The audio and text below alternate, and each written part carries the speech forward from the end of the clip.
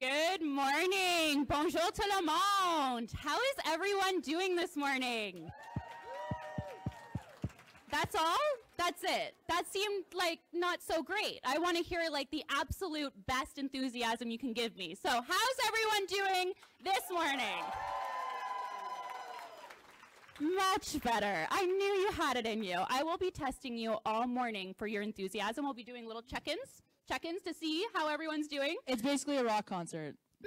Basically. Yes. With the mosh pit. No, I'm just kidding. Yeah, the mosh pit is outside, sorry. So my name is Amanda Speroni, and some of you may recognize me as the caffeine-addicted marketing strategist that just roams the halls of Bayview Yards. And if that is the accurate description you have, it is what it is. You will find me most of the time in the cafe with a coffee in hand, and I won't change it. But I truly am honored to be here today beside... I'm Lindsay Kavanaugh, Senior Manager of Digital Marketing. You'll find me hiding from Amanda from the cafe. But we're a dynamic duo this morning for International Women's Month. So we are thrilled to welcome you to the official launch of the 6th annual International Women's Month. Yes. And Amanda, is it the 6th annual International Women's Month, or have we? Well, you know, there's been some upgrades to the timing of the month or the week or the day. The day, week, month. So next up, Sonya, we need year. I think forever. Next year's brand will be year, yes. And it's hard not to have a full month because we have so much to celebrate and so much to acknowledge with such a fierce, diverse set of people in this room today and in our community. We can applaud that, I think.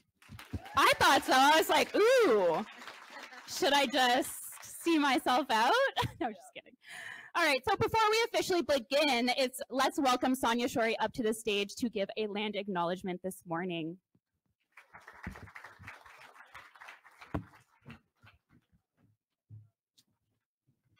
Good morning. Bonjour tout le monde. Thank you so much for taking the time to join us. Before we begin today, I would like to acknowledge that the land on which we gather is the traditional unceded, unsurrendered territory of the Anishinaabe people. We are very, very grateful to be present and have the opportunity to come together as a community, both here in person and online today. Thank you so much. I'm going to hand back over to Lindsay and Amanda.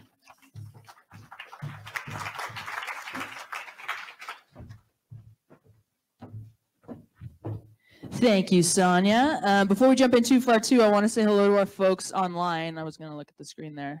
I see the camera adjusting when I come up on stage. It immediately goes like up. Say hi to the folks online. Welcome. I hope you guys are in safe hands. If you've been at any of our hop-in events, you might recognize me as the face that's normally online doing support. I've been promoted to on stage this year. Woo, so. woo. Thank you. If you believe you can achieve, you can be the MC. You can do anything you set your mind to. Honestly, Amanda and I, so because we're your MCs today, we're here to keep everything running on time, you know, make sure we have the right people on stage. We're obviously very qualified and you're in very safe hands. Absolutely. With us. Like, fear not. Promise it'll be fine. We're going to do a really good job. So yeah, as Sonya and everyone has mentioned previously in our comms and things, this is our 6th International Women's Month. We've got a month full of activities, as Amanda mentioned as well. We're going to talk about some of those in a little bit. But again, this is not just a series of events. It's a powerful driver for long-term sustainable change for our community and the world. So yes, very excited to be here today. Yes, and yes, more clapping. I love it. Speaking of which, this Friday is actually International Women's Day. Just keep going. Mic drop. And it is the best day of the year, if you ask me, truly. And this year's theme is Inspire Inclusion. And that's really what it's all about. And you're going to hear that woven into a lot of the things we're going to be talking about today. And over the course of the full month, we really do want to take this one day that is Friday and just stretch it and really shine it out to the world and to our community and just keep spreading that awareness. So really use that hashtag Inspire Inclusion. We'll go over a couple more housekeeping notes in a little bit. In terms of why this is important, why International Women's Day is important, I think everyone in the room knows why. And I think, you know, when we're talking about inclusion and inspiring inclusion, I just want to note that we're so excited to have you all here with us at Bayview Yards and online. We want to make sure you all can bring your authentic selves to the table. I think that is inclusion at its finest, when you're able to bring your true self to any event. So whether you're here to network, to listen, if you're online to learn, listen, we welcome you as you are this morning and over the month of events we have coming up. All right, I've got the full list of paper here, so you know that means the rules time. Just kidding. Some housekeeping notes just really quickly. First things first, this isn't on my list, but I thought about this earlier, washrooms. So we have some over on this hand side and also over here. So there's plenty both sides of the building on this floor. So you don't have to go far if you need to use the restroom. So we will be taking questions during the last 10 minutes of each session. So hang on to those questions, and online also, you can put them in the chat and they will be facilitated through to us. So please keep those questions handy, and we will have a volunteer from our team handing out the mic so everyone will hear you loud and clear. You don't have to worry about screaming across the room. Unless we won't give you a mic actually if you have a question, Amanda. I'm honestly surprised I have a mic right now.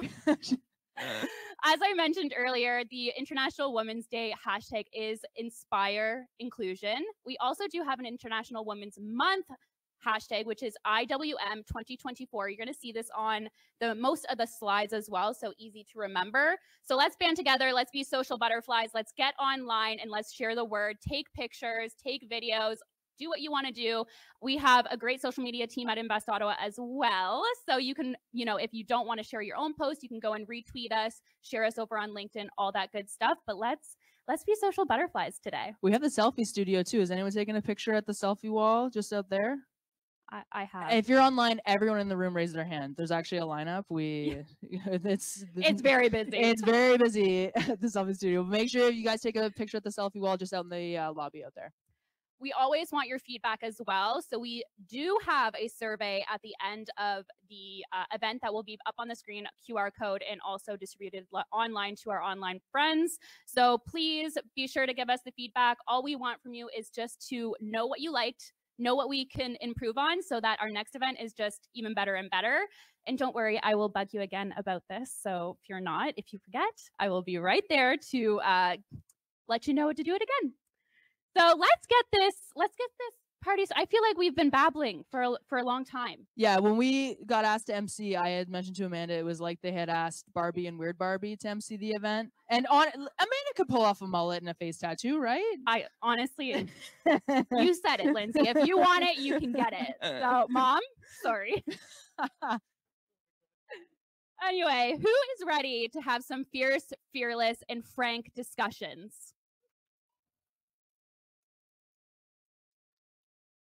Let's give it up for all the women that are going to be taking the stage today who continue to fight and demonstrate grit and resilience.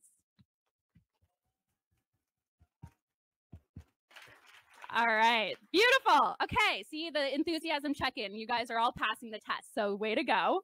So to kick things off, it is my pleasure to, you guys are going to look at the screens again, because Michelle, managing partner of BDC Capital Thrive Venture Fund and also lead sponsor of International Women's Month, is going to give us a brief message. So let's turn our eyes to the screens and hear from Michelle. Hi, everyone. My name is Michelle Scarborough. I'm the managing partner of the Thrive Venture Fund at BDC, and it's my honor and privilege to welcome you to International Women's Month. This is a great opportunity for you to connect, to get together, to meet other founders, entrepreneurs, investors, and everyone in the ecosystem that supports women entrepreneurs. I've been part of BDC and the BDC platform and the Thrive Venture Fund. We're privileged to be part of this and really partnering with Invest Ottawa to make this happen. Invest Ottawa, I have to give a huge shout out to because they have spearheaded this event, both the day, the week, and the month for many, many years, and have brought together the entire ecosystem across Canada to make this happen.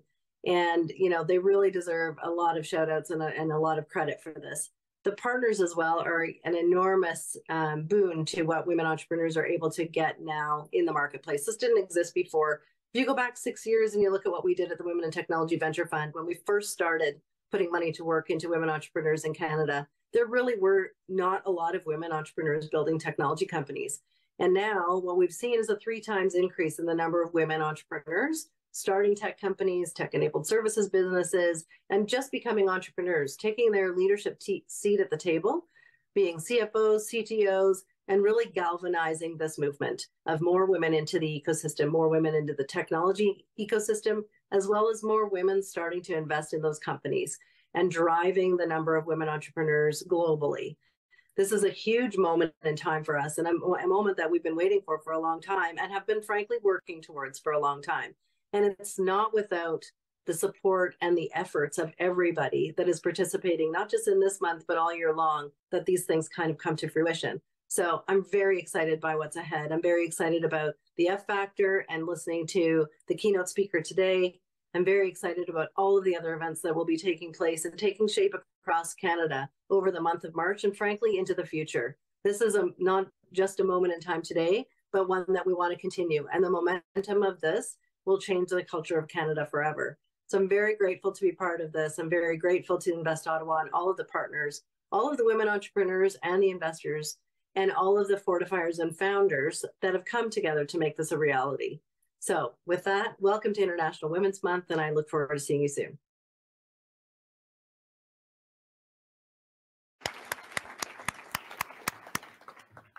I'm going to leave the mic at this level because I don't know if the other folks are at my level. Anyway, like I just mean height. I just mean height, honestly. I don't know. I'm sorry.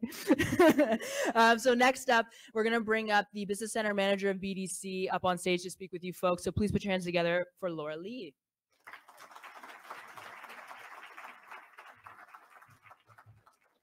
Thank you, Lindsay. Safari Barbie's here.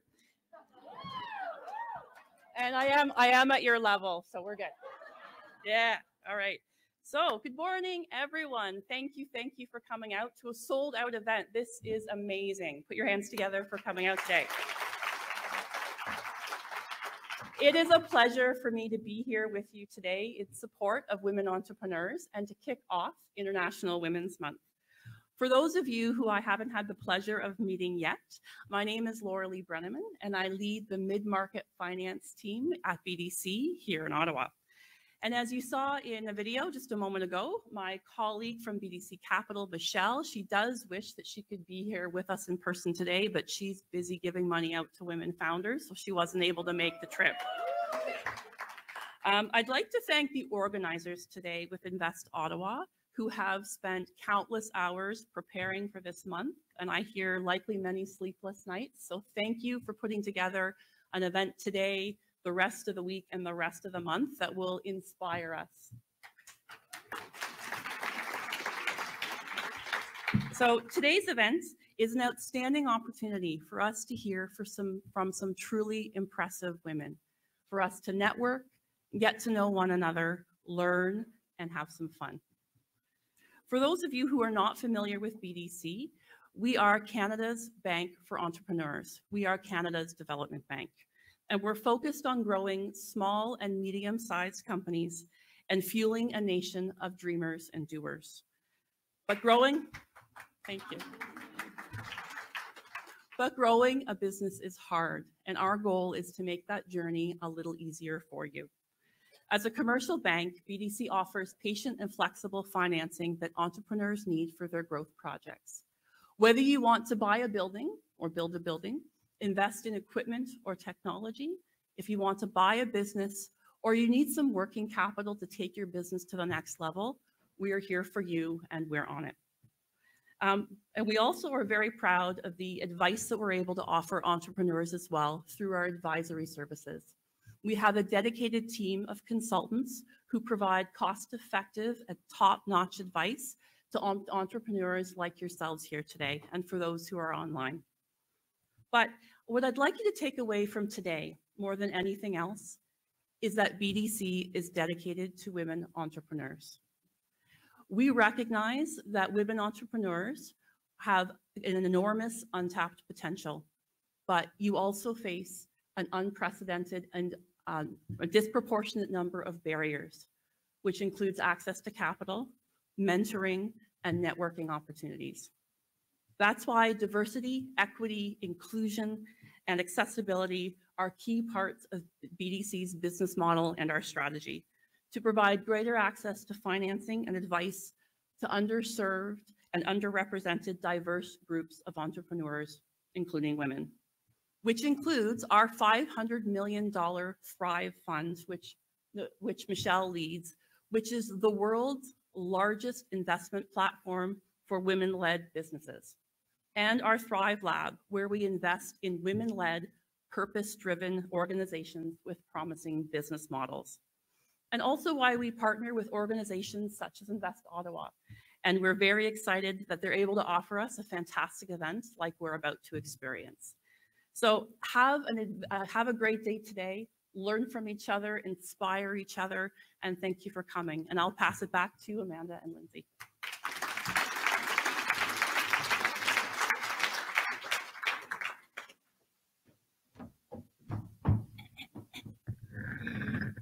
My level. Thank you so much. That was wonderful. So next up, we actually have a fantastic presentation from our interim CEO and president, Sonya Shorey. So let's give her a warm welcome as she comes back onto the stage. And I put it on our level. Good morning. Thank you so much, Amanda, Lindsay. It's an honor to be with you today. Today is such a special day. It's a special month, and it's really been a very special and impactful few years together with all of you. I'm here this morning to chat with you about our journey with respect to enabling and accelerating the growth and success of women founders. Just going to call upon the first slide to kick us off. When I think back to when I first started with Invest Ottawa around 2017, we came together as a new leadership team. We hosted a series of consultations for our strategic plan, and we hosted one with about 100 women right in this room. And what they told us was very, very troubling. They said, we don't see ourselves in your client base. We don't see yourselves in your leadership team, inside the management team, in your board. So much change was needed. There was so much hurt and pain in our community. And we set out, as we built that strategic plan, with diversity, equity, and inclusion at its core. And it was the foundation on which we built. And we started with women who represent 50% of the population. I'm excited to share with you the journey that we have been on now in year 6. It is a journey. We have a very, very long way to go. There are always new challenges and many opportunities. We're seeing encouraging change. It's not happening fast enough, not just here in Ottawa, but around the world. And all of you are helping to propel that change together with us. And we could not do this without our community. So for the next 25 minutes, I'm going to give you an overview, and I'm going to thank you, and I'm going to show you all the impact that you've made by working together with us, with women founders, entrepreneurs, and executives from every walk of life throughout the different programs we serve. Before I begin, I must thank our government investors with whom we do absolutely everything. If we didn't have this critical anchor investment, we could not achieve the impact that we do together with you. To the City of Ottawa, the Government of Ontario, and the Government of Canada, so many different portfolios. Thank you from the bottom of my heart for being there to support our founders, our companies, our community, including the women that we are honored to serve. When we started off in our journey, and we heard that very, very important feedback from all of those stakeholders in this room, we knew that we could not do this alone. We established a Women Founders and Owners subcommittee of our board at the grassroots level, women who shared our values, who were committed to building up and enabling and accelerating the growth of many women founders from many different walks of life, and working with us to help fulfill our vision to make Ottawa the best region in the entire world for women to launch, scale, and grow successful companies, whatever business path they chose. The leaders that are on this slide have been part of this journey for many years. I thank you for everything that you have done. This is a committee that leans in, that rolls up their sleeves and does the hard work with us. And I am very, very grateful. So thank you to everyone in the room and online, and to all of these members that have made this a reality. In addition, I want to highlight all of the partners, the collaborators, and employees who help us to realize that vision as well. And they include our venture development team led by Nick Wayne. They include all of the employees across Invest Ottawa who support those initiatives, from marketing and communications to our corporate services team. They include all of our partners in the community, including our post-secondary institutions. You've just heard from BDC, from the Capital Thrive Venture Fund. We work with many leaders across BDC, the Capital Angel Network in NACO, Sheboot, Acobia, the Ottawa Board of Trade, Ottawa Tourism, the Ottawa Airport, Canada North Business Association and Hub 350, Wesley Clover, and Elspark. Of course, our board of directors, all of our subcommittees, including the Venture Committee, our sponsors, our advisors, our hospitals, Obio, all of our DE&I partners who are helping bring real lived experience, counsel, and guidance to us every single day into our community, including Immigrant Entrepreneur Canada, Changemaker Hub, the Ottawa Indigenous Business Hub, Elevate International, the Canadian Black Chamber of Commerce, and so many more. I genuinely believe diversity is our strength, and in this community, we have a diversity of founders, of companies, of sectors, of opportunities. And when you bring all of those together with the diversity in this community, that is powerful, and it is a catalyst for change, and it serves as a role model for the world. So thank you to everyone who has been a part of that effort. I also want to talk about who we are here for today and every day. We are here for all women. When we use the term women, we refer to all individuals who identify as a woman. This includes women of color, transgender women, and women with gender diverse identities, including gender non-conforming women, as we know that gender can be very fluid and change throughout one's lifetime. These women have historically been systematically marginalized and excluded from many mainstream programs, services, and opportunities. Invest Ottawa is committed to making a concerted effort to prioritize equity, access, and inclusion in everything we do. We certainly do not have all the answers. We lean on many of you, our champions, our allies, experts with lived experience, to help us make progress every single year, every single day. And our goal is to ensure that anyone who would like to access our programs and services truly feels welcomed and supported. You can bring your full self here. We are here for all women.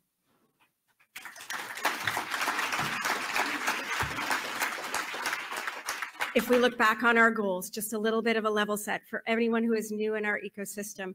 When we came together with our subcommittee and our community, we established near-term, medium, and long-term goals with metrics. And we made a commitment that we would stand on this stage and we would report to you publicly the progress, the metrics, and the steps that we were taking, and the opportunities that lie ahead, and how we are going to work together to make this progress even stronger. In the early days from 2019 to 2021, it was about building the foundation, looking at all the fundamentals and beginning to build that pipeline of women founders. Medium term, driving measurable progress towards our goals. From 2022 to 2024, the year that we're in, continued implementation and ramp up of new programs and services that continually expand the impact and opportunity that women founders have in our community.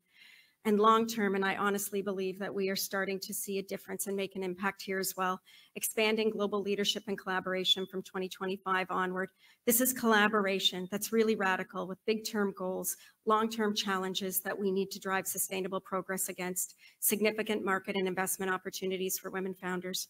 Increasingly, we see collaborators and participants in International Women's Month from around the world, year over year, more and more. Dozens of countries, and we're also building collaborations with those who have different experiences in other countries to help us get even better, and bringing those lessons learned into our community and sharing what we've learned outward, which I think is part of the journey. It's the only way that we are going to drive that dial.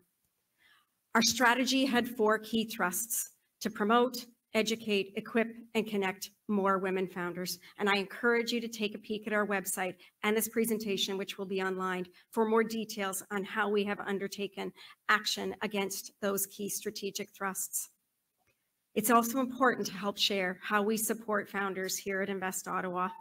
We are here to help enable and accelerate the growth and success of founders, both in our Main Street sector as well as our tech sector. In Main Street, this is all the retailers, the shops, the hospitality, the service providers that we all rely on to build and increase our quality of life.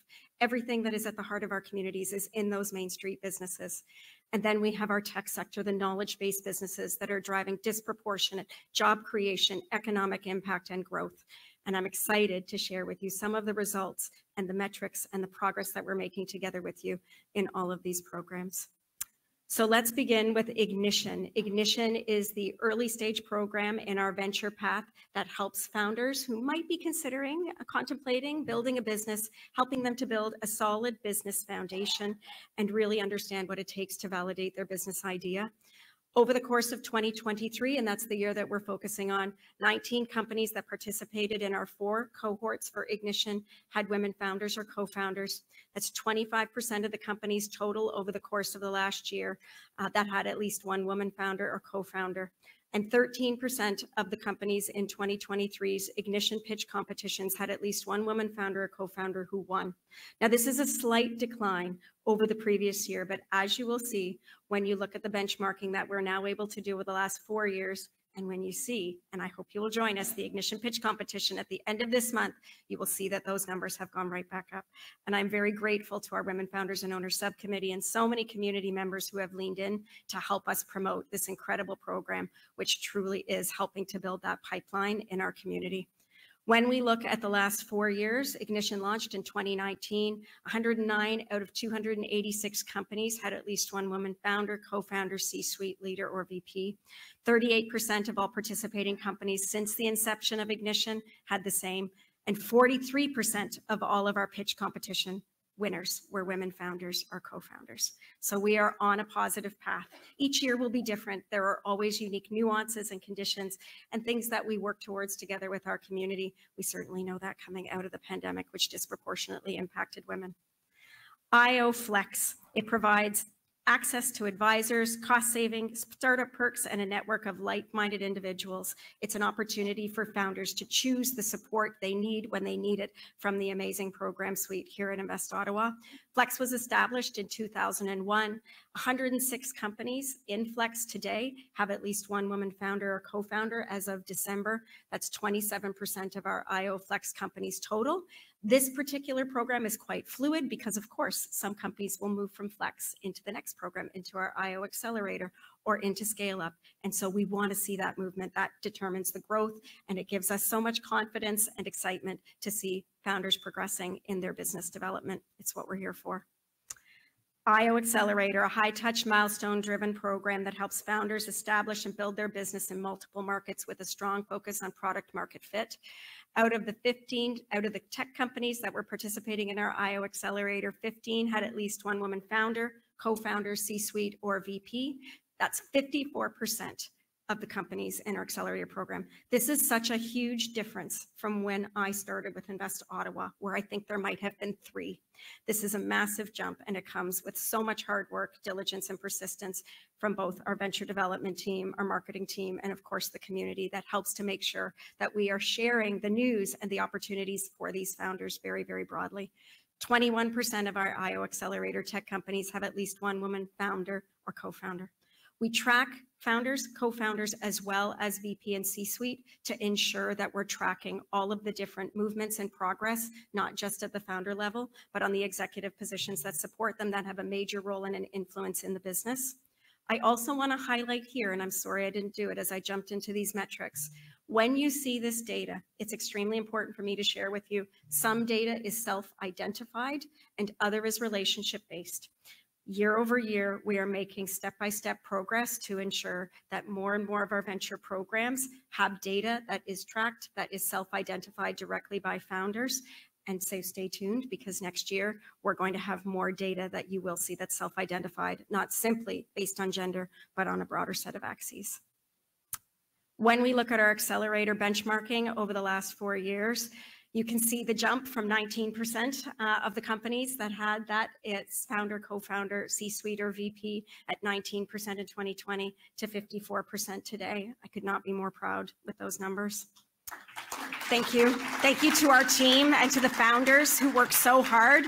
In this community, founders truly do support founders. There was so much grit, so much resilience, what we have come through the pandemic in these last few years. It is a testament to the hard work of all of those entrepreneurs. Our IO Scale Up program, something I am so passionate about, dedicated to high growth Ottawa tech firms with $2 million in revenue or capital, and are on track and working towards generating $100 million in revenue here in this community. 43 of our Scale Up companies have at least one founder, co-founder, C-suite, or VP who is a woman as of December 2023. That's 77% of our Scale Up companies. The jump is so significant and so important. And it's a journey. We're in year 6. So we started building that pipeline at the earliest stages. Without that critical investment and that intention together with all of you, these numbers, I truly don't believe, would be as high or as accelerated as what they are today. And 13%, 7 out of 56 of those technology companies have at least one woman founder or co-founder as of December. And you can see the trending. Just incredibly grateful to see that jump from 35% in 2021 across the C-suite into 2023 at 77%. Ladies who launch. Is Heather Ward in this room today? Heather might be with us online. She's a member of our subcommittee, and she came to us way back, I want to say in 2018, said, Sonya, we need a group, we need a peer group, we need a forum that's safe for women founders to come together to support each other. Invest Ottawa has incredible peer groups. There's all kinds of impact. We should do this. I'm like, yes, we should. Went to Nick, we got it started, we got it launched with some incredible members of his team. And now we're several years in with 120 members, and Ladies Who Launch has evolved with tremendous feedback from all of the founders that participate. They get admission to exclusive meetups, access to a community of fellow tech leaders, founders helping founders, one of the most powerful attributes of this community from the entrepreneurship perspective, and developing personally and professionally. It's a safe environment where they can lean in and support each other. Eligibility for those who are in this room, if your company is an IO Venture Path company, that's the programs we're talking about right now, Flex, Ignition, or Scale Up. You're a leader and you're ready to grow and you want to support fellow founders. This is for you. Please reach out to Emma at the address listed there. We're now going to move into our incredible Main Street programming, our Small Business Enterprise Center led by Paula Hopkins. There are two tremendously impactful programs that we offer supported by the province. The first is Starter Company Plus. This is helping all of the Main Street early stage business owners establish the fundamentals required to launch and grow and thrive as sustainable Main Street businesses here in our community. Just tremendous numbers, and they've been very, very consistent. 67% of the applicants identified, and this is self-identified by the applicant as women. 81% of our participants, 22 out of 27 participants, self-identified as women.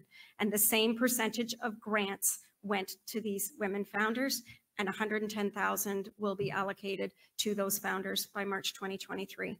Just incredibly grateful for the hard work of this team to generate those metrics. And I love the fact that we now have benchmarking data that we can share with you to show the progress. And these numbers may not always be this consistent because, as I've mentioned, there is always different types of challenges that occur throughout any economy and during any given year. But here we see the jump from 57% up to 81% over the last 4 years. And then we have Summer Company Program. This is all of that next generation of entrepreneurial talent, how we help to inspire young entrepreneurs, I think 15 to 29. Should they make it up to like 49, then I might qualify. But Summer Company has been serving incredible youth entrepreneurs in our community with the support of the Government of Ontario. 13 out of 35 applicants self-identified as women, and 33% of our cohort in the last year identified as women. 33% of those grants allocated, and 21,000 in grants to be allocated total by the end of the fall of 2023. We will be recruiting for Summer Company. I believe those applications are actually rolling right now. If you have a youth in your life that you can recommend, we want to hear from you. I want to do a great big shout out to the SheBoot team, to my co-founders of SheBoot, Jennifer Francis and Julia Elvidge, to Jane Baird, to Katie LeClaire, who are leading the charge on this newly minted standalone national corporation with the support of NRC IRAP. And I know Kathy is here with us. There she is. We could not have done this without the support of NRC IRAP. So grateful to you. Why do I love this program? When I talk to you about that early slide, that long-term vision, those big goals of working together in different ways across the country and around the world to drive this dial. Here in Ottawa, together with the Invest Ottawa team, the Capital Angel Network team, we built SheBoot in its early days in 2020. And year over year, we saw that grow, the number of founders, the level of interest, the number of applicants, the number of investors, the women investors in this community. And tomorrow morning is our Women Angel Investor Breakfast. And SheBoot and the Capital Angel Network will be delighted to welcome you, particularly any women who want to start making investments. When more women make investments, more women get funded. This program is now national, and it has helped to catalyze more than $17 million in follow-on investments for the 50 women founders that we have had come through this program. And I could not be more grateful. So these are just a few of the stats that does deserve applause. Yes. $1 million from women angels in this community that have made investments. Just incredible. And in the dead center, I just want to do a shout out to Alita Burke, who is one of our incredible Ottawa founders here, leading the grocer. She was our 2021 winner for the entire pitch competition. Ottawa founders make a big difference and play a critical role in this program. We are going to be launching, as Sheboot, the next pitch competition, or the next round for applications. Apply to the program beginning March 15th. That is your QR code. This presentation will be online, sheboot.ca. We really want to make sure there's a great showing for women founders in this community from Ottawa and Eastern Ontario in our next Sheboot cohort. Please talk to Julia, to Jennifer, myself, Katie, or Jane if you have questions. Lastly, I want to focus on how we're doing internally. It's important to be authentic, to live the values, and to ensure that we're making the changes and taking the steps as Invest Ottawa inside our own team, inside our corporation, so that we can be true and authentic allies in collaborating with you and here in our community on these goals. 47% of our directors on our board are women. That's 8 out of 17 directors as of December 2023. Almost 68% of our Invest Ottawa team identifies as women in that same time frame. At the executive level, there is currently 3 of us, Nick Jens and I, 33% women. Our extended leadership team, which includes managers, senior managers, directors, and senior directors, represents 29% of our total IO team, and 66% of that team identify as women. And this is a really important statistic. 51% of Invest Ottawa's advisors identify as women as of 2023, just for context. In 2017, that number was 10%. Just so much gratitude to our team, to the venture team, to all the employees, to all the partners, to all the founders that are building the companies that are going to change the world, that are driving jobs and revenue and investment into this community. Ottawa is a global tech and business hub, and we are here to make sure that women have their place, the opportunity to grow and thrive and contribute to all those societal challenges and those incredible markets that we have as Ottawa. Our journey continues, so thank you. We could not do this without you. We know there is so much more to do and a long way to go, but together we are truly driving change, and we are incredibly grateful. Thank you.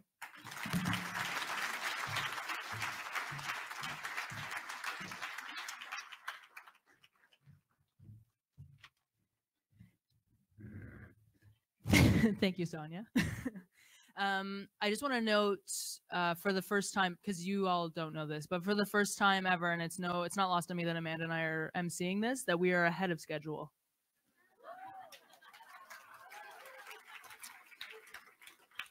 It's no biggie. It's fine. So I'm just going to honor that forever. Actually, I should probably anyways. See what happens next. So we're going to bring up our panel, our scale up panel next. Before we do, I just want to name some booths and things that you guys can visit on site here. So we've got TST and Women United. So TST is just over here, and Women United are in the Foundry beside the selfie studio. So if you folks want to check them out, they are here. And then we also have, I think most of you found it, but there's Catering by Little Joe Berry's over there, and Morning Owl Coffee if any of you folks need a little refuel at any point during the event today. And there's treats up front here. So we ready for our first panel? Perfect. It didn't matter. I was going to bring up the panel anyway, but you know. So I'm going to bring up our Director of Venture Programs to kick things off. Please give a warm welcome to Michelle.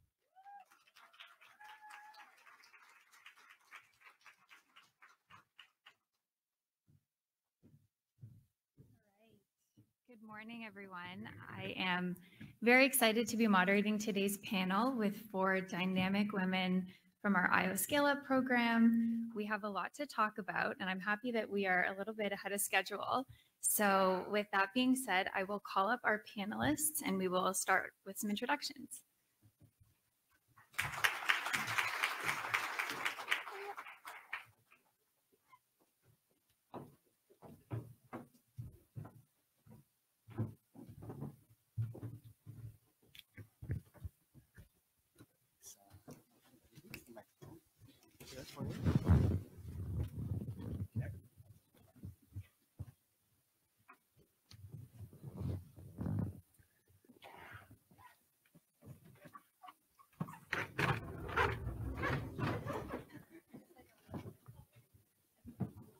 All right, so I would like to kick things off with just asking each of our panelists to introduce themselves in their own words. And to add a bit of a fun spin on things, I'd also like them to share one thing that brings them joy in their lives. I'll start with you, Helen.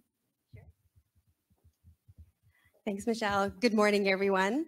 My name is Helen Wong, and I am the Director of Human Resources at an Ottawa-based organization called Distiller SR. We are the creator and global leader in AI-enabled literature review and enterprise evidence. So I would say that I've been in HR for more than 20 years now, and I'd say the distinguishing characteristic of my trajectory is having worked across different industries. So I started in financial and professional services, moved into working in a unionized environment for 10 years, which was an incredible personal and professional growth opportunity. And I've now been working in tech for 4 years. So something that brings me joy, and I had this really great sort of discussion about this at home when I was getting ready for today, and that is that I'm getting ready to transition into a new phase in my life as the parent of some young adult women. So I have 2 girls. And in looking at some of the incredible content that Invest Ottawa has prepared for us this month, I realized that I'm having really great conversations at home with these young women, and that my kids are really great at challenging my thoughts on different subjects. They're very opinionated, they're super engaged, and I love that they do challenge my thought process many times. So I'm learning from them. Yes, there's some acknowledgement in the audience from other parents of young adults, I'm sure. And I really do bring that into my work life, at least in terms of the context or which I think about different topics or how I problem solve. So that's definitely something I take pride and a lot of joy from. Hello.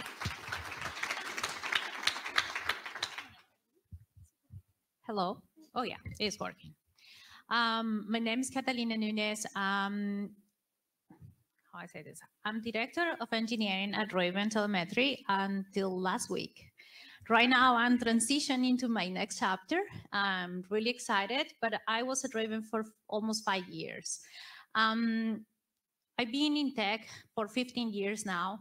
A little bit of a mix of IT, manufacturing, software development, and you know, I have found that being a woman in engineering is, we're going to talk a little bit more about this, but it has joy, but it has challenges. I mean, I'm really happy to be here and I'm not quitting, but we'll talk about it. But by training, I'm an electronic and telecommunications engineer. I have a master's degree in industrial automation. I have been working in different industries, but mainly in manufacturing, which makes it more challenging because there is not a lot of women in manufacturing. There is something I want to say for someone who probably is watching this. I'm a first generation immigrant, and I'm very, very proud of being a Canadian.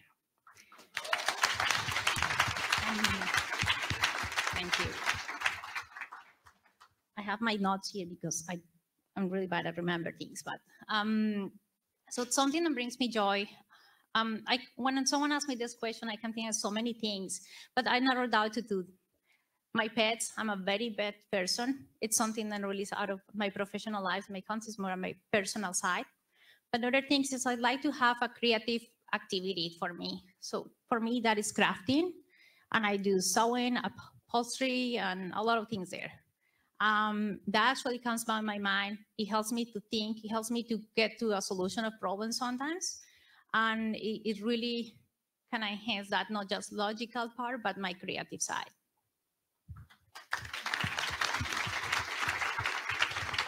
Good morning. I'm Leslie Thompson. I am the Vice President of Sustainability and Communications with Food Cycle Science. Thanks so much to the Invest Ottawa team and everyone for inviting us here today to tell a little bit about ourselves and our experiences. Food Cycle Science, if you have not heard of us, which I think a lot of people have heard of us now, we're the maker of the Food Cycler, so the on-site food waste dehydration technology that is in 130 municipalities now, distributed through Vitamix in North America. And we are on a mission to eliminate food waste. And so we do that by empowering individuals and homeowners to sustainably recycle their food waste. So happy to be a part of this team for 2 years now. And what brings me joy lately is feeling the kicks of my newest little girl. She's doing she's doing some somersaults after that scone over there. So if I seem jumpy, it's probably just because it's literally something's jumping inside me. Congratulations. Kim Stone, I'm the Senior Vice President, Finance and Operations at Geotech, coming up on 5 years now, which is crazy. Geotech is a member of the Scale Up program for a number of years now. We do concrete sensing technology and working on our latest technologies, which will reduce cement content in concrete to reduce CO2 emissions associated with concrete. And for those of you that don't know, concrete is actually the third largest contributor of CO2 emissions behind the US and China. So it's pretty significant what we're working on. So in my role there, I lead finance as well as all of the corporate services functions, HR, IT, legal, all those sorts of things.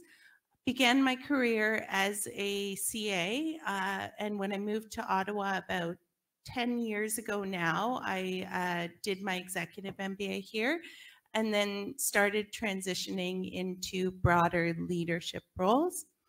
And what brings me joy, I think there's a little bit of a theme going on here. I have 2 little boys at home, 6 and 3. They keep me very busy, but force me to disconnect from work, which I otherwise may not. So yeah, that's it.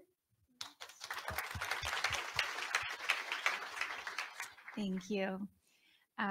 Catalina, you talked about the barriers that women face, especially in the tech industry.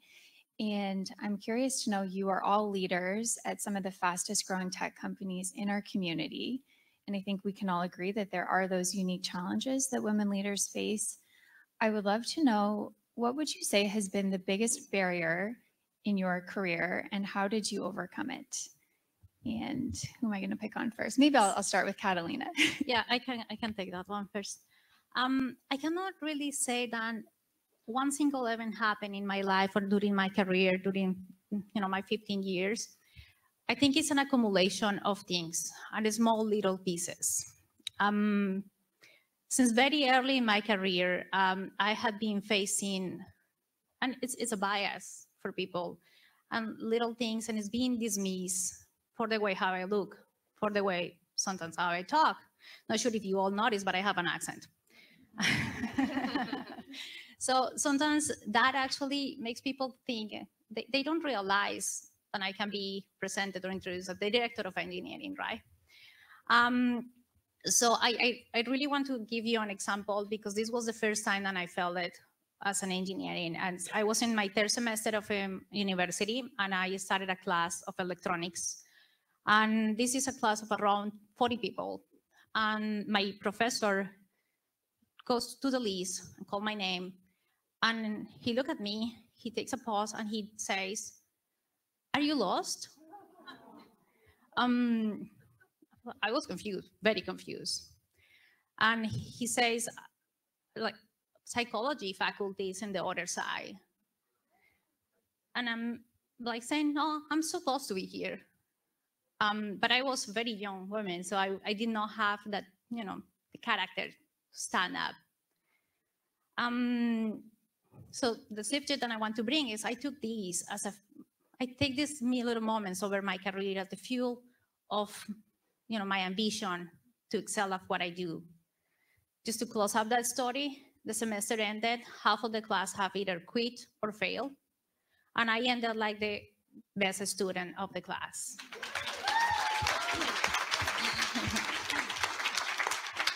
And this is, there are many stories, but this was my first taste for what it was to come. And there are amazing people out there. There are amazing people that support you, but you're also gonna find those things. The percentage of women in tech are so low that you won't even believe it. So what I want to say is this is what is actually driving me also to be better, to be that model for others, to clean the path for others.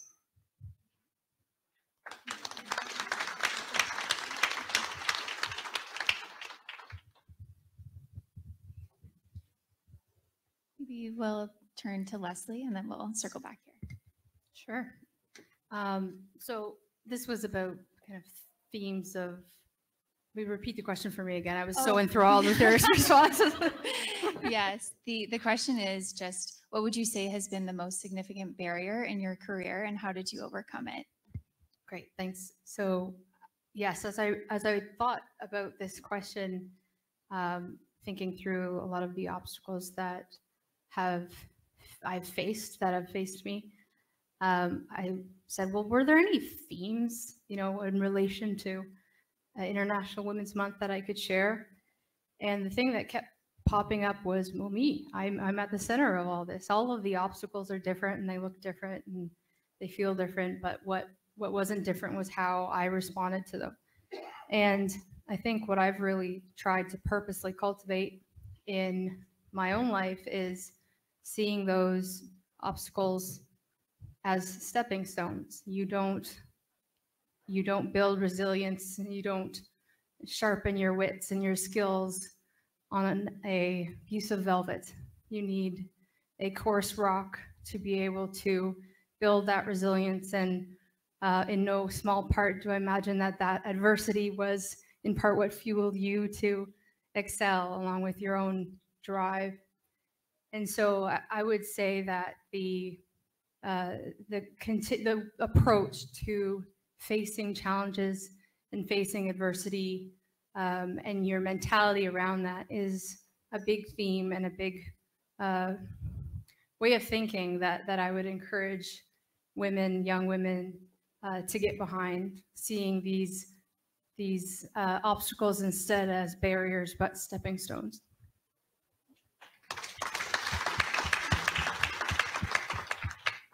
Thank you.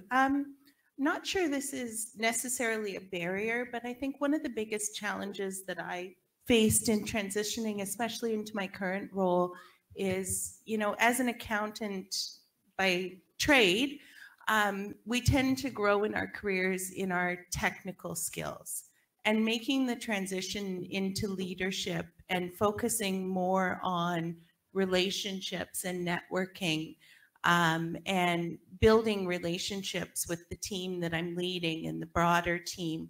That was a real challenge, sort of making that transition from being, very task-oriented and technically savvy to now inspiring others and building those relationships. And I think that's where the community here through Invest Ottawa and the Scale Up program has been incredibly helpful and helped me to grow in terms of how I've been able to sort of collaborate and lead the team.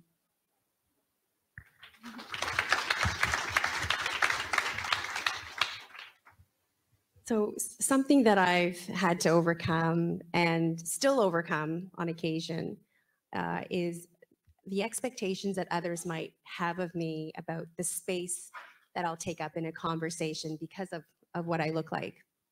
And if I think about Kaileena's story, if I'm honest with you, it's something I had to overcome, particularly within myself early in my career. And I think as a young professional, particularly young women, you're in an environment that is subtly sending you signals and indirect feedback about how differently men and women are perceived for the same behaviors. So I think about particularly in early leadership roles, you're in a meeting where there's a lot of leaders in the room, and, women and men who communicate very confidently, assertively, or if they tend to be very succinct in how they share their written communication over email. And then, I observe, men and women are talked about very differently for very similar things. And it's a dangerous thing for you then to internalize that, I need to be nice and somewhat accommodating, or I'm going to be labeled as difficult. And so I think that, the space that I take up in conversation is at times, it could be a different point of view. It could be even, you know, having a very different position on some of the decisions that we're talking about. And that's a very good thing. That's what you pay me for, is to bring my expertise. I might have different subject expertise than others in the room, or maybe you have observed that I have somewhat different problem-solving approaches. And so I'm here because I may not be telling you what you want to hear, but I'm here to give you good advice. And I see some of my valued colleagues in the room, and they've probably heard me say this to them before. But taking up that space is inherently the value that I can bring into that discussion. So, for sure. Those are all really great answers. All right, so the McKinsey Women in the Workforce 2023 report reveals that more women are reaching senior leadership roles, so that's VP and C-suite leaders, yet progress remains slow at the manager level, creating a weak pipeline. And we know how crucial it is to strengthen this pipeline to ensure that the momentum that we've gained isn't lost. What advice would you have for women who are seeking promotions but finding them out of reach? And I'll start maybe with you again, Helen. Thanks, Michelle. And I really love this question. At least in HR, I know I get this question a lot and fairly regularly. And in typical HR fashion, I tend to respond with another question, which is, you know, tell me about the circumstances that you're in right now. Have you had the opportunity to be explicit about what it is you're interested in? And I think particularly for women, young women, because I think that's where the pipeline is weakest, is when we make that jump from individual contributor to that first management position. And after that, it's just a numbers game. But if you're a woman, that's a question I will always ask you. And the reason being, and I know some of you might have had different experiences, my own lived experience working in HR is that I do see a gender divide where young professionals who are men tend to be much more inclined and quick to be explicit about what it is they want. Whereas many women, and it could be, again, indirect signals coming from the workplace, how we have probably need to be deprogrammed from things we've understood, is that they need to be encouraged, or we need to be enabled to be explicit about what it is that we're pursuing or interested in. So that's always my first bit of advice or questioning. And there is such a thing as being the right person in the wrong place. But, and this is a big but, and this is the second part of maybe some guidance I would provide young women, is that have you had all the conversations that you need to have before you move on? So part of that is, you know, oftentimes the exchange that an employee will have with their leader is, I want to be X, manager, director, VP, you fill in the blank. What do I need to do in order to get to X? And that sometimes can stop a conversation a bit cold, in that, you know, the person you're speaking to may not know how to respond. And so I would encourage someone to reframe that conversation to be, I have aspirations to do this. Do you see any skills or capabilities that I either need to develop or I need to demonstrate in order to get to X? And then that opens the door to a real exchange with whoever is the leader you're speaking to. And there's typically not just one individual that you should be talking to for that full exploration, especially in a scale-up environment. I think most of the people in this room will know that in a scale-up environment, we're all wearing 2 or 3 hats on any given day. So maybe there are initiatives or projects that are starting up. There's something over here in the corner that you don't know about that the leader you're talking to can give you insight to and encourage you along the way. And it could be your direct leader, it could be other leaders with influence in the organization. And if you're really honest with yourself in that, yes, I have had all those conversations, I've explored all those things, I'm still not getting anywhere, then it is that question of, are you the right person in the wrong place? But it's a bit of a sequence. So, and I would add to what Helen's saying. I think I would add don't look just internally within your own organization, look externally at mentors, people that have been there and done that, that you are pursuing, and also reflecting and being true to yourself, ensuring that you truly want whatever that is, for your own fulfillment, and not just because you think it's the title that you want. Make sure that you really truly want to be there for the work and the contribution that you're going to make, and make sure that you're in the right environment that aligns with your personal goals and values.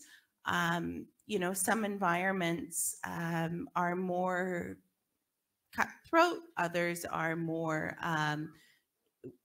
better at work-life integration. And I think especially, you know, for parents, you've really got to look at, is this the right environment that's going to allow me to be fulfilled in all aspects of my life? And make sure that you've had that self-reflection as well. So before going to answer this question, I would like to point it out that promotions are not always within your company, and the careers are not always linear. So it is okay to move from company to company.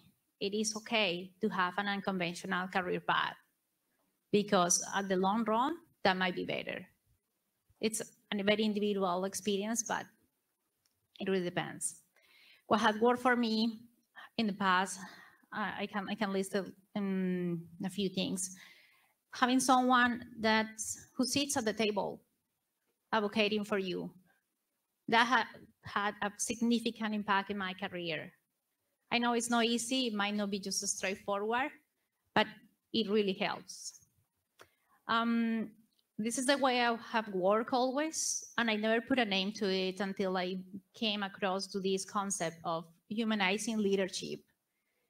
I like to create trust, to create relationships with my peers, my member teams, people who had higher titles than me, because those connections are actually bringing me to my third point, and it's network.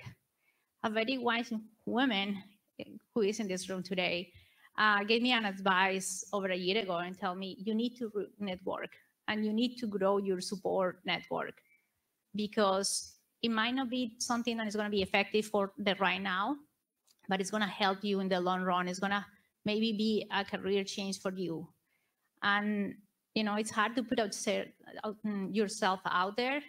It's hard sometimes just to show up in a place you don't know everyone and start talking to people, but you will be amazed of what you are going to find out, how many people are willing to share these stories, and how many people are feeling the same way you are.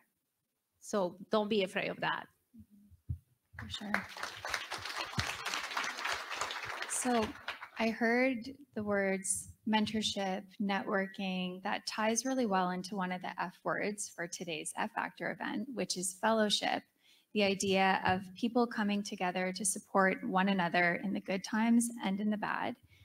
I'm curious to know, can any of you share a story of somebody who supported you in your career and how it helped shape who you are today? And I'll start with Leslie for this one. Thank you. Immediately, Deborah Jardine pops into my head. I don't know if any BDCers remember Deb Jardine. She was with BDC for 22, 23 years. So when I was for second year university, I knew I wanted to be either an entrepreneur or a banker. Kind of weird at that age, but so I gave a go at entrepreneurship. I ran a little company in the summer. I got Starter Company Plus money, tapped into that network.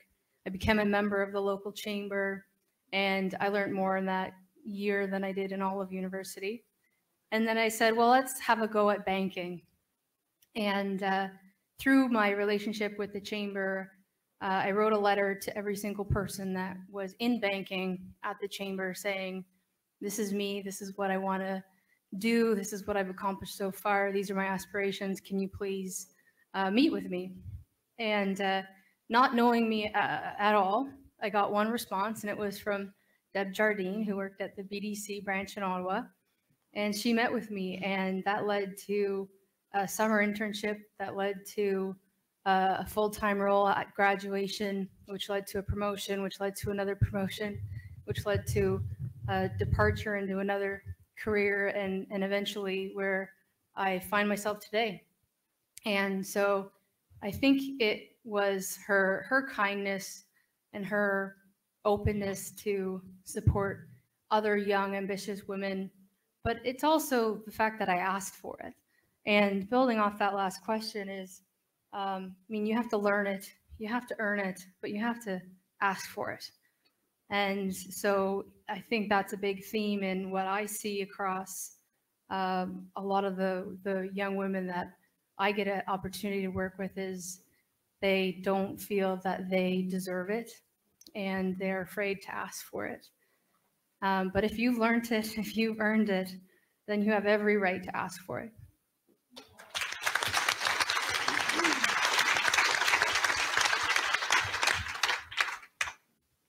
I'll go to Kimberly. Yeah. Okay. Yeah, so I moved to Ottawa about 10 years ago, not knowing anyone. Followed my husband here with a military move. And I have to say, there's been so many incredible women and men that have supported me in the last 10 years to really grow very rapidly. But I think the one that truly stands out is the founders of my company that I'm with now. They took a chance on me. I joined about 5 years ago as a brand new director. Within the first year, they had promoted me to VP. I was also 4 months pregnant at the time, which I was pretty impressed that they took the chance of promoting me at that point in time. And I think they've just constantly sort of allowed me to stretch myself, allowed me to learn and grow, you know, created an environment where I can fail safely. I have failed. We all fail. We learn the most from failure. But I think that's what really stands out for me. Those are great examples. All right, let's switch gears again and chat a little bit about some of the other barriers that we're seeing or challenges. So going back to that McKinsey report, it highlights another significant issue in the workplace right now, which disproportionately affects women, and that is microaggressions. So for those familiar with this term, these are small behaviors, or they may seem small, but they actually have a macro impact on, you know, people's confidence and on the work culture in general. I would love to know if any of you have faced microaggressions or adversity in your career, and how did you rise above it? And I'll start with Helen. Thanks, Michelle. So this topic is great fodder, even amongst the panel, you know, around how we define microaggressions in our own life. And in thinking about this question, it was a little bit of, you know, which one do I share? So I will share this in that it definitely has been within the last 10 years, in case time does matter. But I was working with a director, and I'm going to call him Jack, because I'm quite certain I've never had a colleague named Jack. And Jack and I had a great working relationship. So just in terms of context, what I can share is I did feel respect from Jack in that partnership.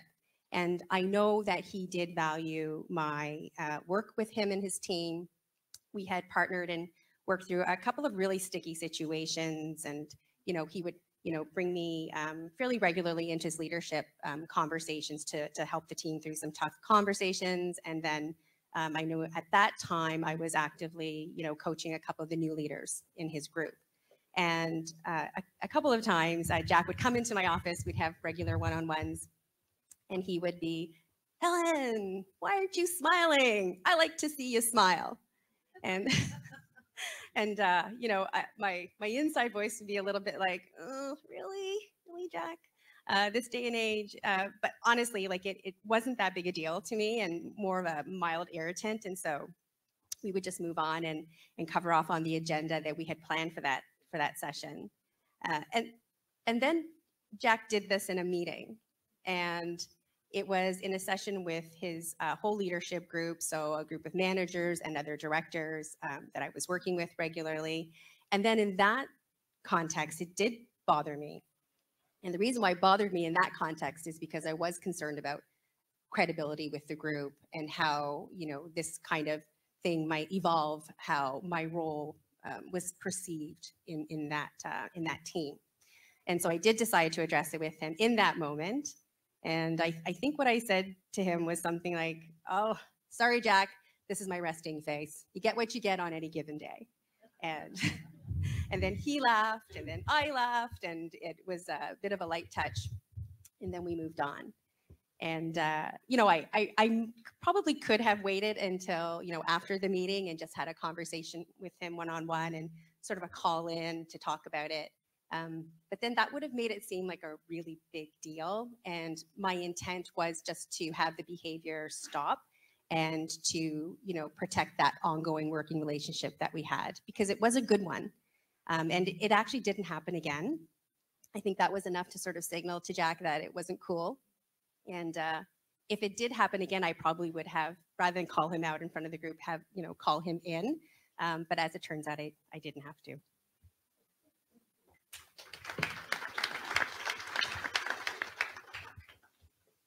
Catalina, do you have any stories on this?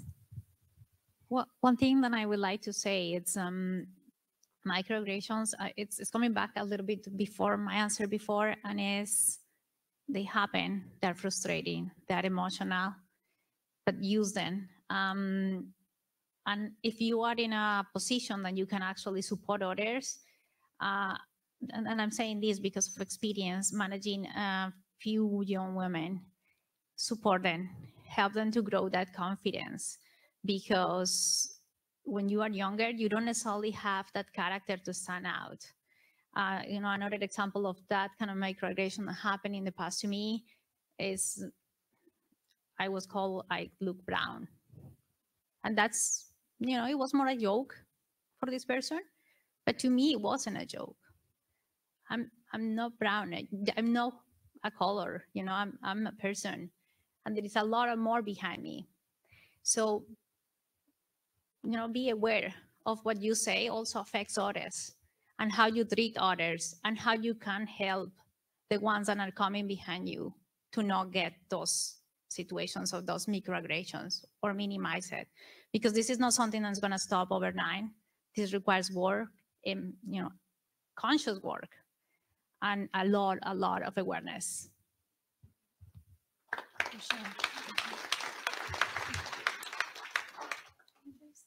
Any others down there? So yes, I've had experiences like that. I was young in my career, and whether it was that I was quite young when I was held some, you know, form of power. You get the loan, you don't. There was a lot of that, but what I took away from it, I developed kind of this really forceful approach. Like, I have to prove that I know what I'm doing and I'm strong. And I was really extra assertive to overcome a lot of this. And then when I took over the Community Futures, I had my own team for the first time, and I was, I don't know, 25 or something. And I had to fire someone for the first time ever. He was 53. He was so kind, gentle soul, just not a fit for the role. And I approached that with that kind of callous, assertive fierceness that I had, you know, the armor that I built around myself to combat a lot of that. And to this day, I regret how I did that, because I wasn't compassionate. I was unkind. And so I've kind of come around full circle, and I have the pleasure of, you know, over a decade of having gone through these transitions. But as much as those challenges are inevitable and they do make you stronger, don't let that turn you into something you're not either.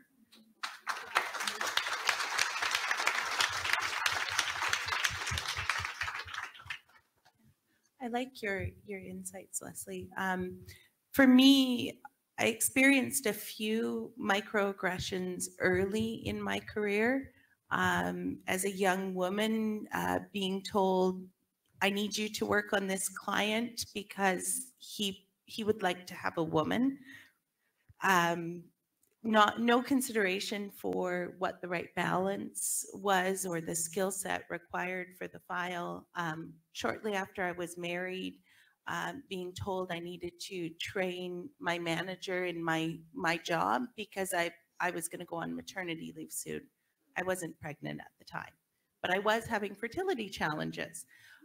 So I think really what I've learned from those experiences and bring into my role now as a leader is really trying to understand my team first as people and not make assumptions about what's going on in their lives. Try to create a safe space for them to share what they're comfortable with, and really focus first on the individual. Leave it there.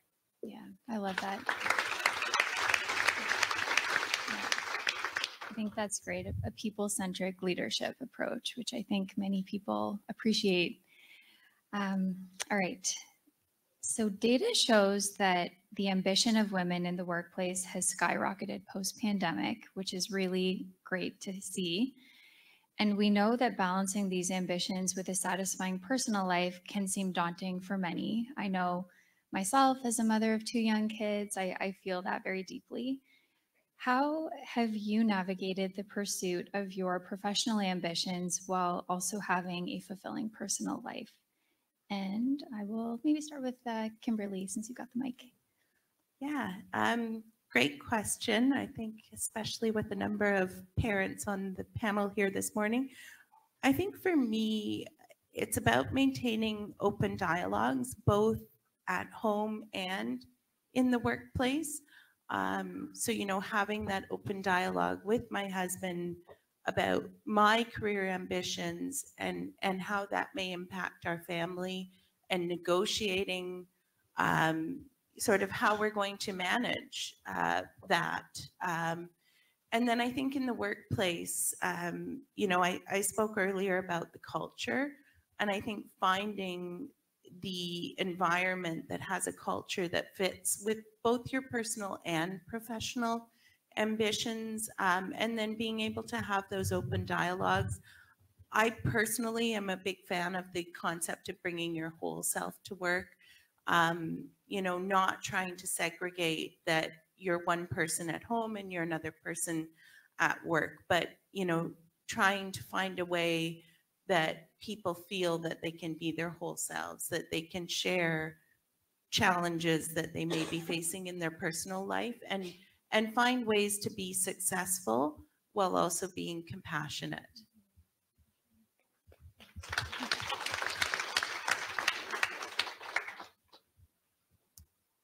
So between my husband and I, we have now 6 kids.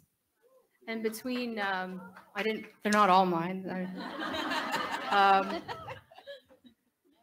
But that is a lot of driving around. And I live in Cornwall and I work in Ottawa, and that's a lot of driving. And I couldn't do it without my husband, and I could not do it without that team approach and the support from our family and our community.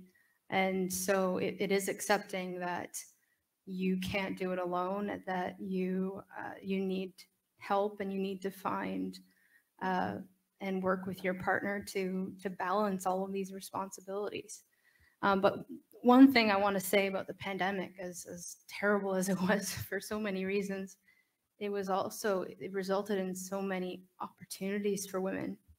Just this past weekend, I was at the hill right before the snow melted, and met another mom who was a legal aid And through, prior to the pandemic, she was working, 60 hours in the office, and she had 2 young children. And then suddenly that all changed during the pandemic. And when she had to go back, she's like, I can't do this. I really like spending time with my kids, and I really like raising my kids.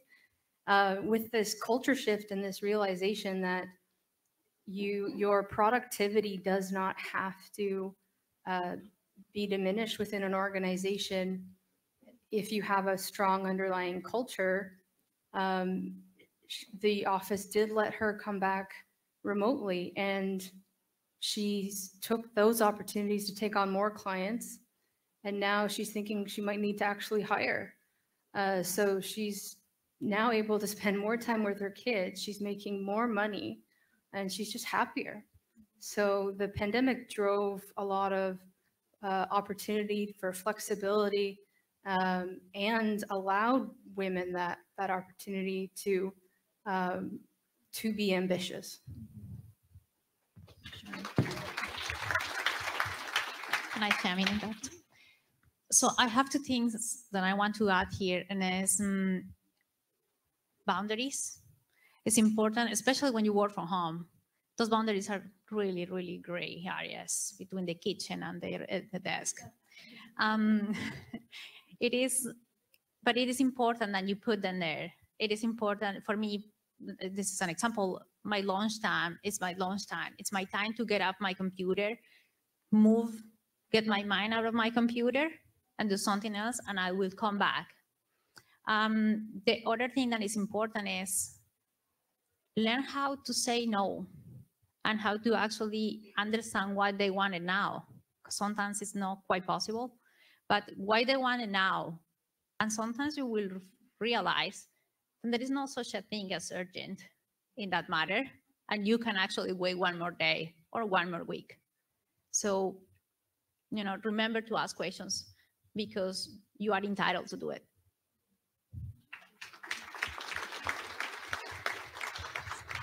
So I just love to be able to build off of what Leslie and Catalina have been saying around those 2 subjects of flexibility and boundaries, because I think they really need to be coupled, especially post-pandemic, because that is the gift, the silver lining of these horrible couple of years. But then also, I think it's incumbent upon us as professionals to understand what our limitations are, so that we can give attention to other parts of our life, whether you have children or not.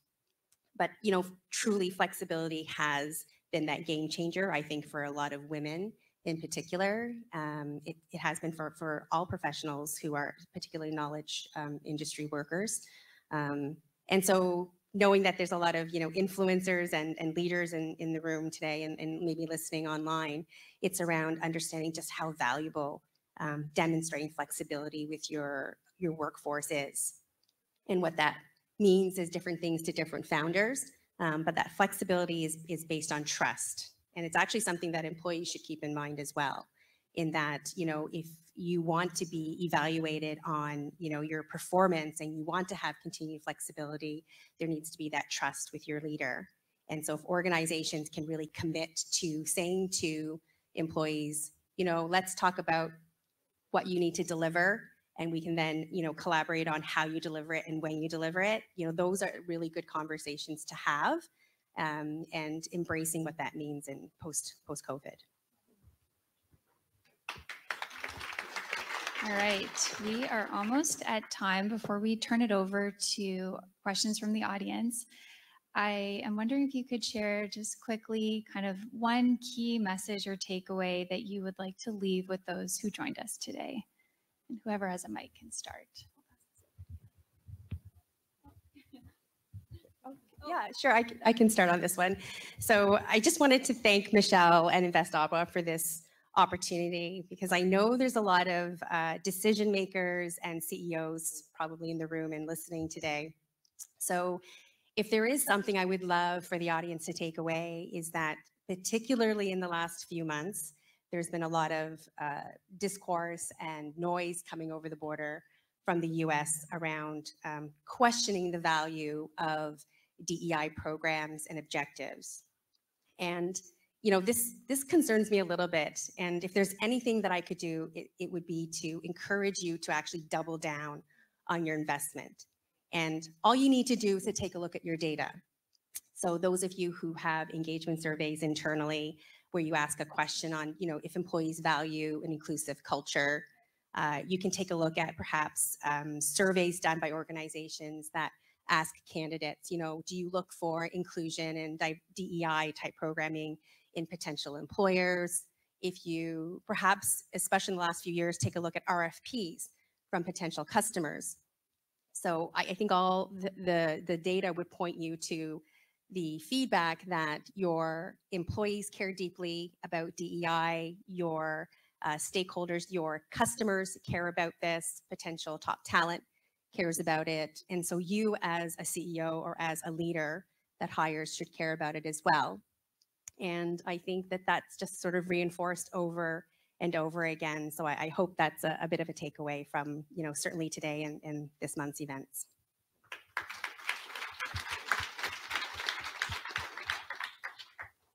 Thank you, Michelle, for having me today. This is a really amazing opportunity to just have these kind of discussions, because it's normal to have discussions like this one.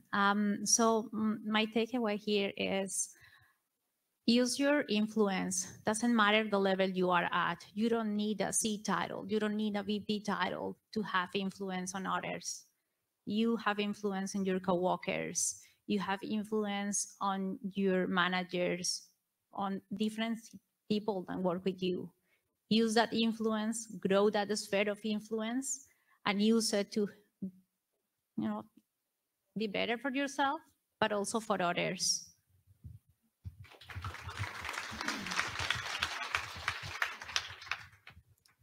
I think that entrepreneurship in a lot of ways is problem solving and seeing the challenges that arise in the world as opportunities to build companies around them. And that to me is what draws me to entrepreneurship. And what I really would encourage anyone to do, whether they want to be an entrepreneur or an intrapreneur, is see the challenges that they're faced with as opportunities, and really remember that the obstacle is the way. So don't shy away from those challenges. You wouldn't be a very good entrepreneur or intrapreneur if you avoided risks and avoided challenges. So learn from them, get better from them, and continue to pursue those obstacles.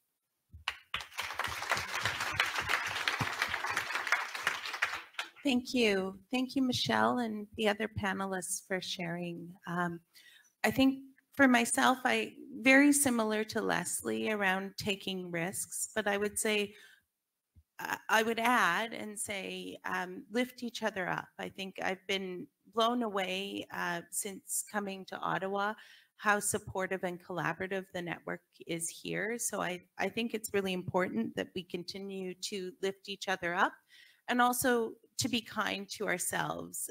One of my coaches said that to me recently, and I think it is really important. We all set very, very high expectations of ourselves, and be kind to yourself first so you can be kind to others.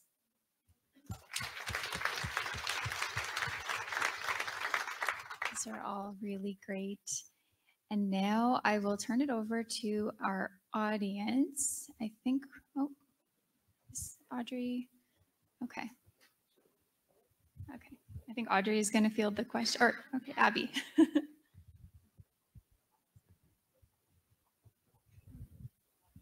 Good morning. My name is Steve Georgopoulos. I'd like to thank you for adding to my arsenal of lived experience stories.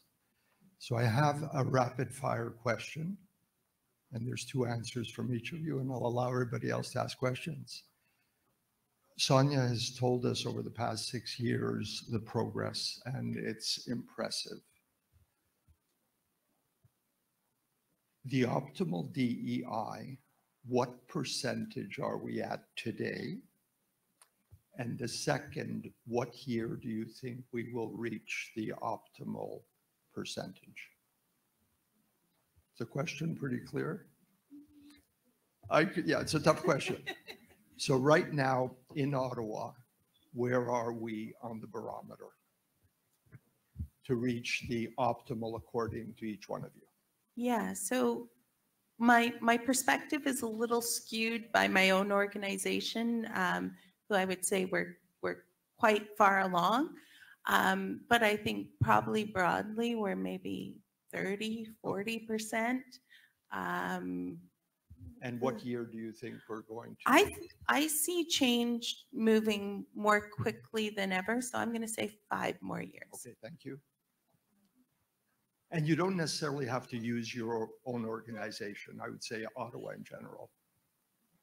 Well, that's a very hard thing to generalize on, because my answer would be that it is specific to the industry, the Sure. company.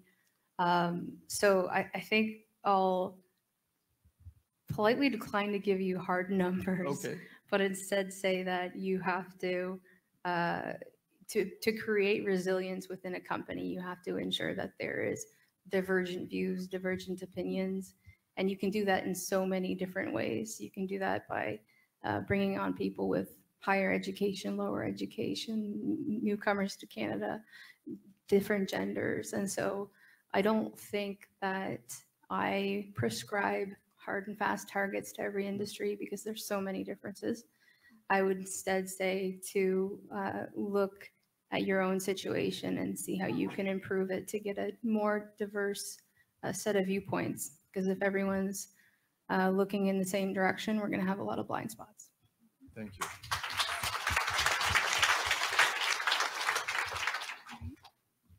I'm going to do a little twist of your question and narrow down to engineering, because that's where my knowledge kind of lands. 20% of the people who graduate a university in an engineering degree are women. Only 13% of that 40% of that 20%, which is the 13%, ended being part of the workforce. The other 6 never make it because they change careers or they never actually are part of the workforce. So I was saying earlier, for engineering specifically, those numbers are hard, and they are they need more work.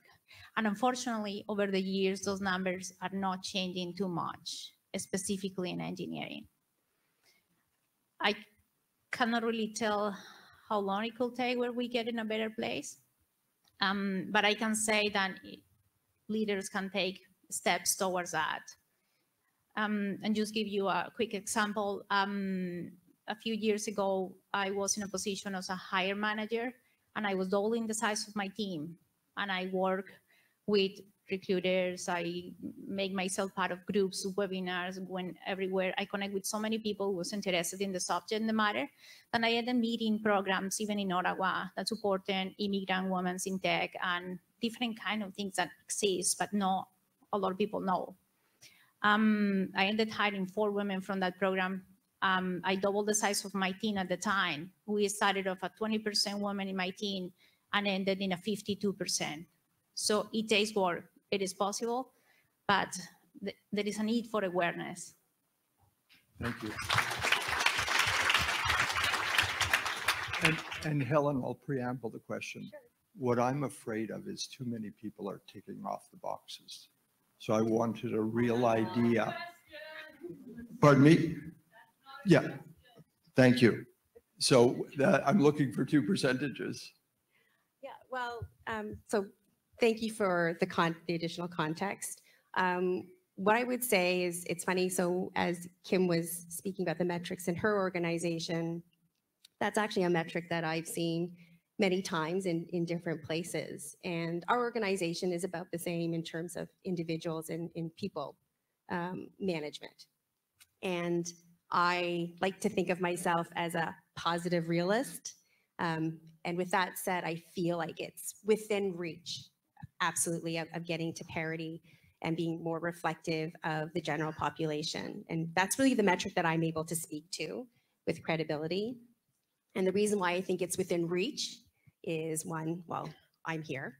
So I work with colleagues on our senior leadership team that believe in the programming that we're talking about, in embedding diversity and inclusion in our culture. And it's impetus on as a shared goal that we're going to move towards parity. And as we scale, I think if we move forward in embedding inclusivity in everything we do, and it's not just this program off the side of our desk, I think that parity is within reach across all different levels in the organization. We have a goal of reaching parity on our executive team. We're pretty damn close. And I think, you know, those are the kind of signals that employees and potential candidates that we go to recruit are going to look for. So.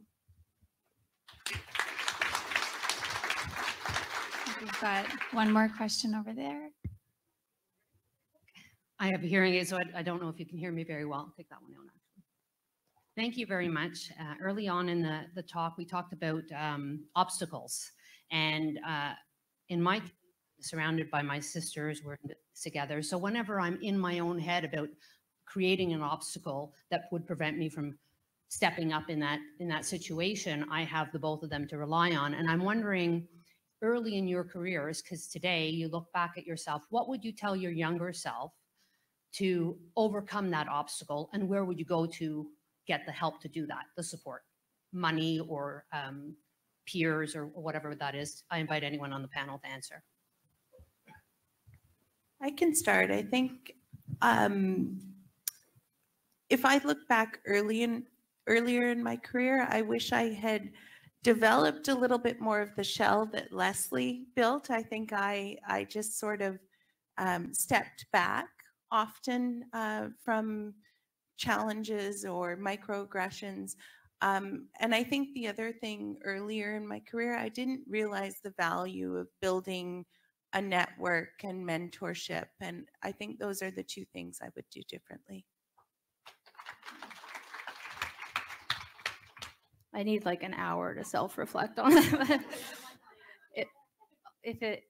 I think I'm probably would be even more kind to my daughter. So what would I tell my daughter? Because I'm probably too ruthless to myself. But I would say to that ambition looks different for everyone, and you know, winning to you might not necessarily be to be the CEO of a company, and it very well might be. But you know, whatever it is, take the time you need to find out what that is. And how do you do that? Well, you continue to challenge yourself and you put yourself in uncomfortable situations. And I would probably say to be, you know, kind while you do that. And, you know, I guess my biggest fear is that she won't take those little risks every day to be able to develop that resilience, that it will all become too much. So certainly surrounding yourself with sisters, whether they're blood or not, and having those people that lift you up while you might not be doing that yourself, until you can actually have the confidence in the world to do that, because it takes some time to build that.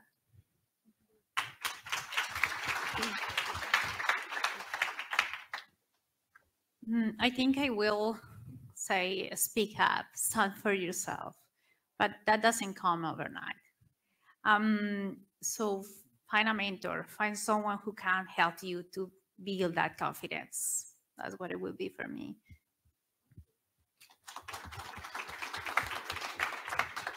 So thank you. I like this question. And I would say, if I could speak to my younger self starting out, especially as I think about stepping into those initial leader roles, is going back to something I had talked about earlier, which is taking up space. And that I would really encourage my younger me to, yes, you have a right to take up space in this conversation.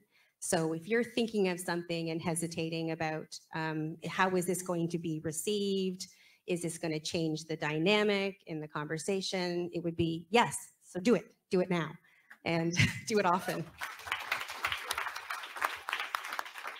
All right, I believe we are at time, so we'll wrap up questions for now. I believe our panelists will be around during the break if you'd like to chat with any of them.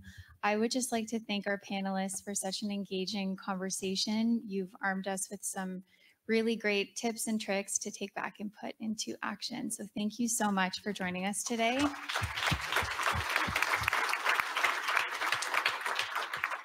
And I see Amanda over there. I'm going to call her back up on stage now.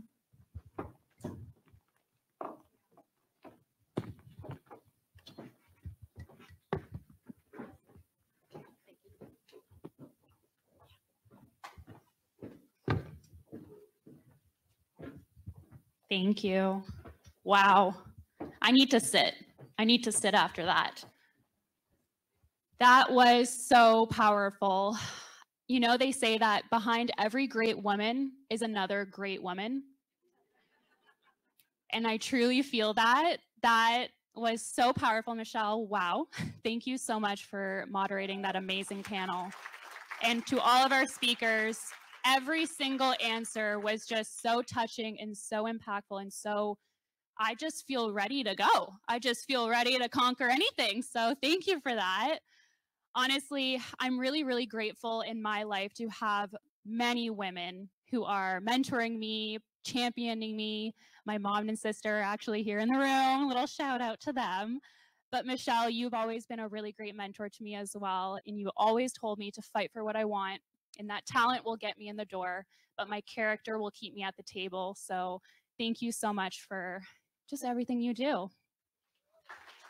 I just had to say that. We have some folks that are going to come up and say hello. So I'm going to bring up Isla, Nalina, and Sohana. We're going to come up, and I'm going to give you guys my mic as well. Come on up. We've got some young entrepreneurs. Here you go.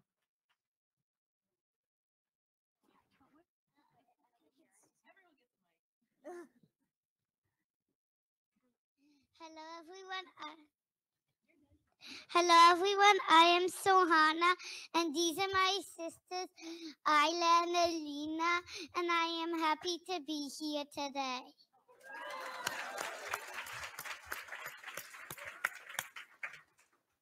When I think of an entrepreneur, I think it's like a superhero who can solve problems and help other people. Juste comment je veux faire quand je suis plus âgée.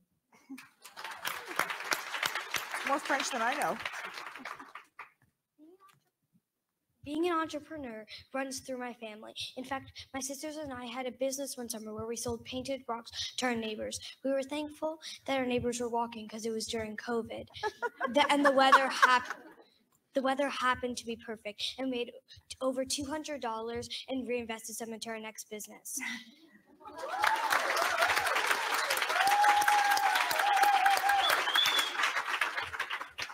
C'était surprenant que les femmes ne pouvaient pas toujours être entrepreneurs et que les hommes disaient que c'était juste pour eux. Mais je suis fière que les choses ont changé quand tout le monde devrait être égal.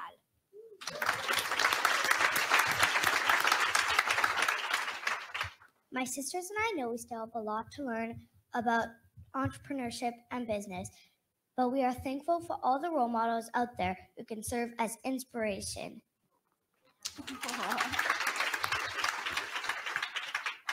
En parlant de modèle, Michel Romano est un excellent modèle.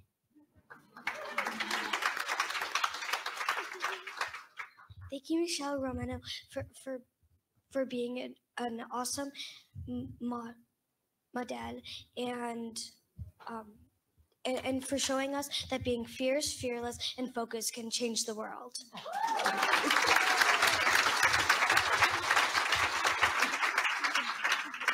Also, happy International Women's Month.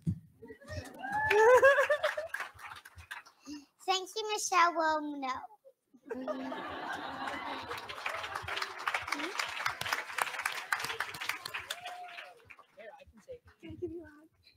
Wow.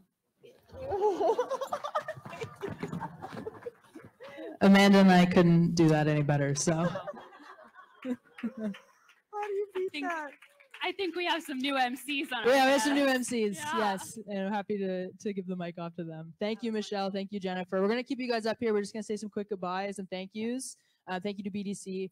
being our sponsor for the event all month. We have events all month long. We've got one tomorrow here, the Angel Breakfast. We've got Women Leading AI on Wednesday. There's a whole month of events. You can check out our website for more details on those. And I told you I would bug you again. And here I am. Survey. We want your feedback. Give it to us, please. We always want to just get better and better with delivering events. So please scan the QR code and online. I believe it will be in the chat for you for easy access. You don't only have to do it right now, but scan it, save it. You can do it later if you like. And we are going to be serving lunch. Sorry for the folks online, but in person, everyone's going to get a little lunch. So stay tuned for that. And thank you all so much for being here. This has been such an incredible morning. I think, yeah, let's do an enthusiasm check.